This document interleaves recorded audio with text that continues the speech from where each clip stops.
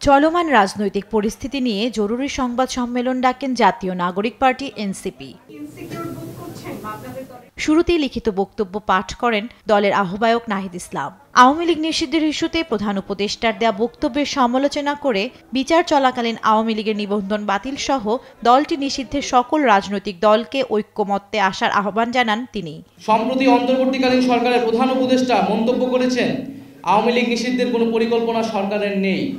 আমরা তার এই বক্তব্যের নিন্দা জানাই এবং আওয়ামী লীগের যে নিবন্ধন বাতিল সহ তাকে রাজনৈতিক এবং সাংগঠনিকভাবে কার্যক্রম থেকে বিরত রাখার বিষয়ে সরকার এবং সকল রাজনৈতিক ফ্যাসিবাদ বিরোধী রাজনৈতিক পক্ষগুলোকে আমরা একত্রিত হওয়ার আহ্বান জানাচ্ছি। পরে সাংবাদিকদের প্রশ্নের জবাবে এনসিপি আহ্বায়ক বলেন, রাজনীতিবিদ এবং জনগণ ছাড়া গণতান্ত্রিক রাজনৈতিক সিদ্ধান্ত নেওয়ার এখতিয়ার নেই অন্য কোনো প্রতিষ্ঠানের। নির্বাচন বা একটি রাজনৈতিক দল কার্যক্রম করতে পারবে কি পারবে না, এটি সম্পূর্ণই একটি রাজনৈতিক সিদ্ধান্ত এবং এই সিদ্ধান্ত নেওয়ার এখতিয়ার কেবলমাত্র সরকার, রাজনৈতিক দলগুলো, বিদ্যমান রাজনৈতিক দলগুলো এবং জনগণের রয়েছে।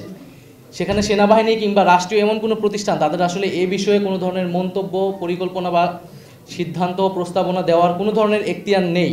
এ সময় দলের দক্ষিণাঞ্চলের মুখ্য সংগঠক হাসনাত আব্দুল্লাহ গতরাতে দেয়া নিজের ফেসবুক স্ট্যাটাসের ব্যাখ্যা দিয়ে বলেন, আগে আওয়ামী লীগের বিচার নিশ্চিত করতে হবে, দল হিসেবে শাস্তি দিতে হবে, তারপর অন্য কোনো আলোচনার ব্যাপারে ভাবা যাবে। আওয়ামী লীগের আগে বিচার নিশ্চিত করতে হবে, তাকে দল হিসেবে বিচার নিশ্চিত করতে হবে, অপরাধ স্বীকার করতে হবে, তারপর অন্য কোনো আলোচনা হইতে পারে। এর আগে কোনো ধরনের আলোচনা হইতে পারবে না।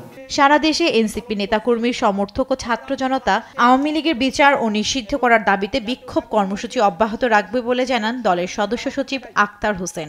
আওয়ামী লীগের বিচার এবং আওয়ামী লীগের নিবন্ধন বাতিলের দাবিতে সারা দেশে বিক্ষোভ কর্মসূচি অব্যাহত থাকবে।